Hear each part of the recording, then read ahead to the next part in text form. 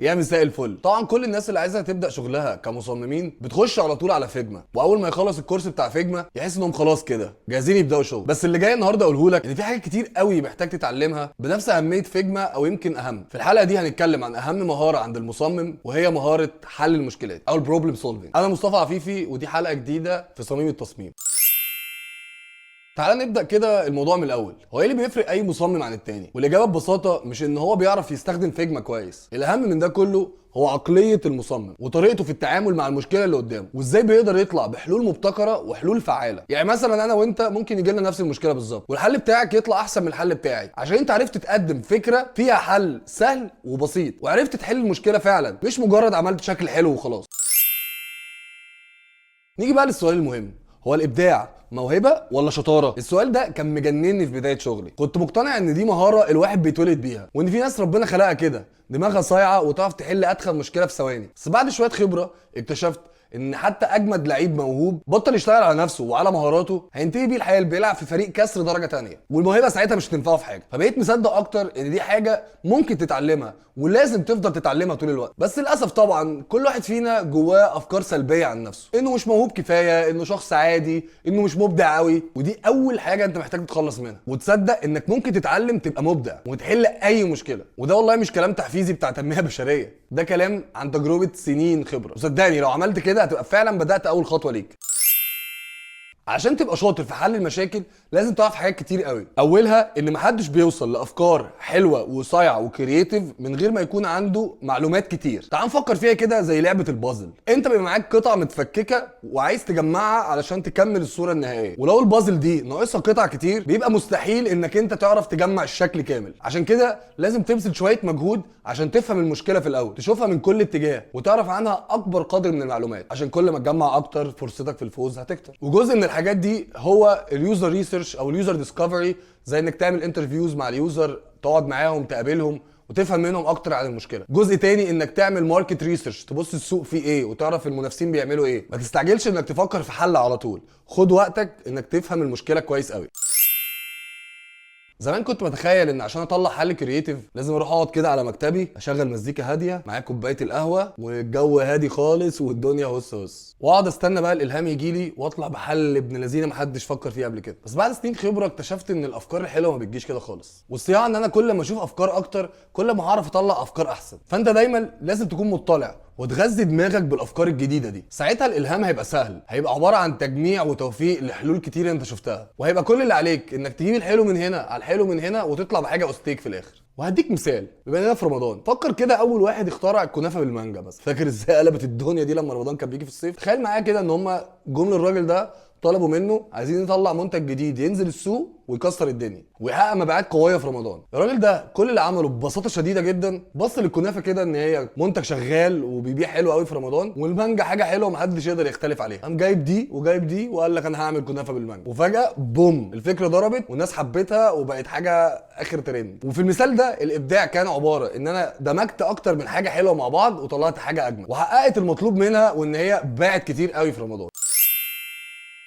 من تجربتي انجح الافكار اللي طلعت بيها كانت افكار جايه من جلسات عصف ذهني جماعي، زي اللي كنت بعملها في شغلي في شركه مونديا ميديا. في الشركه دي كان عندي فرصه انظم جلسات تفكير جماعي مع ناس من بلاد مختلفه قوي زي مصر، ايطاليا، اسبانيا. والجلسات دي كان فيها تنوع كبير قوي، رجاله وستات، ناس كبار في السن، ناس صغيرين. معلش يا جماعه المسحراتي بس معدي، معلش. قول اصحى يا ليلي. كل ده كان بيأثر في طبيعه الافكار اللي بتطلع من العصف الذهني. يعني مثلا احنا عرضنا ساعتها نفس العدد المشاكل على الثلاث مجموعات، وكل مجموعه في بلد طلعت بحلول مختلفه تماما عن البلد الثانيه، وانا كنت باخد الحلول اللي هم طلعوا بيها واحولها لمواقع وتطبيقات. والحقيقه كانت تجربه ممتعه ولذيذه وغنيه اكتر بكتير مما كنت اتخيل. فلو قدامك فرصه انك تفكر مع ناس سواء من التيم بتاعك او مستخدمين للتطبيق، اعمل كده على طول.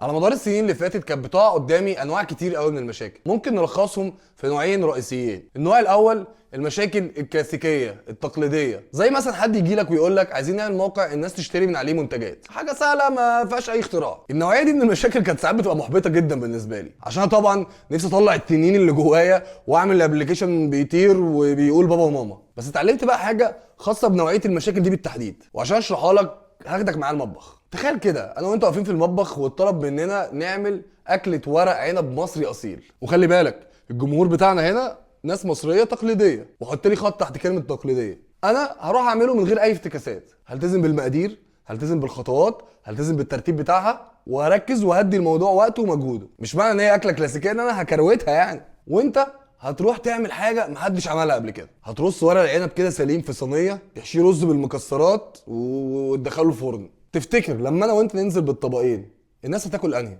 فاكيد طبقي هو اللي هيعجبهم، مش محتاج الكلام دي. طب ليه؟ مش عشان هو طبقي، لا، عشان طبقي بيتماشى مع اللي الناس دي كانت متوقعاه واداهم الطعم اللي هم بيدوروا عليه. وطبقك الناس هتاخد وقت كبير قوي اصلا اول ما تفهم ان هو ورق عنب، وغالبا ناس كتير منهم هتخاف تجربه مع انه على فكره ممكن يبقى طعمه حلو. فاللي انا عايز اقوله هنا ان مش دايما الاختراعات والافتكاسات والحزلقه بتبقى هو ده المطلوب. في انواع المشاكل الكلاسيكيه ساعات بيكون الحل سهل وبسيط ومباشر، ولو انت عرفت تحققه وتنفذه يبقى انت كده خلاص نجحت. طبعا انت ممكن تفتكرني دلوقتي بشجعك انك تبقى تقليدي ممل وما بتعملش حاجه جديده، وده هياخدنا للنوع التاني من المشكلات، المشاكل الغير تقليديه او الغير اعتياديه. وهنا هضرب لك مثال عملي من واقع خبرتي في شركه تريلا. في تريلا كان مطلوب مني ان انا اصمم تطبيق لسواقين النقل التقيل. معظم السواقين دول مش بيعرفوا يقروا ويكتبوا، او بيقروا ويكتبوا كده طشاش. فساعتها استخدمت تصميم بيعتمد اكتر على الارقام. معظم الناس اللي ما بتعرفش تقرا قوي بتعرف تفاجول الارقام كويس.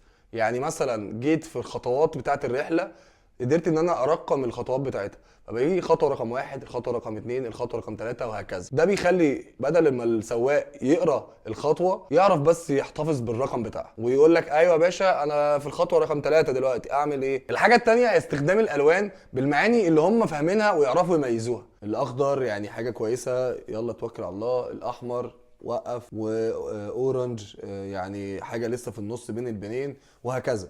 مثلا بنعمل الزراير تكون كبيره وواضحه علشان الراجل وهو سايق ما يبقاش قاعد بينشن كده على الزرار ويقدر يدوس عليه بسهوله. وبقلل الاختيارات اللي بتطلع للسواق علشان يقدر ياخد القرار بسرعه من غير ما يفكر كتير. كل الحاجات دي مع بعض بتسهل على الناس ان هي تستخدم التطبيق. السهوله والمباشره كانت السر في الحل، اللي انا اقدر اقول عليه سر الابداع. صعوبتها في سهولتها يا والدي.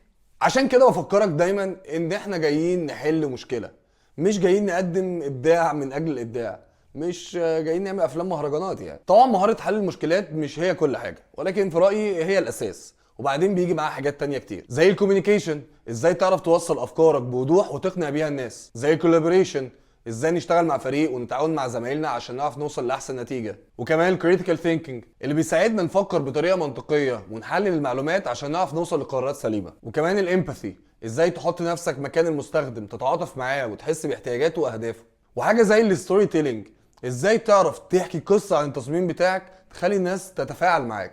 المهارات دي بقى عامله زي عده الشغل بتاعتك، كل ما كانت متظبطه متلمعه احسن موديل كل ما شغلك هيطلع فاخر ويتقل بالذهب.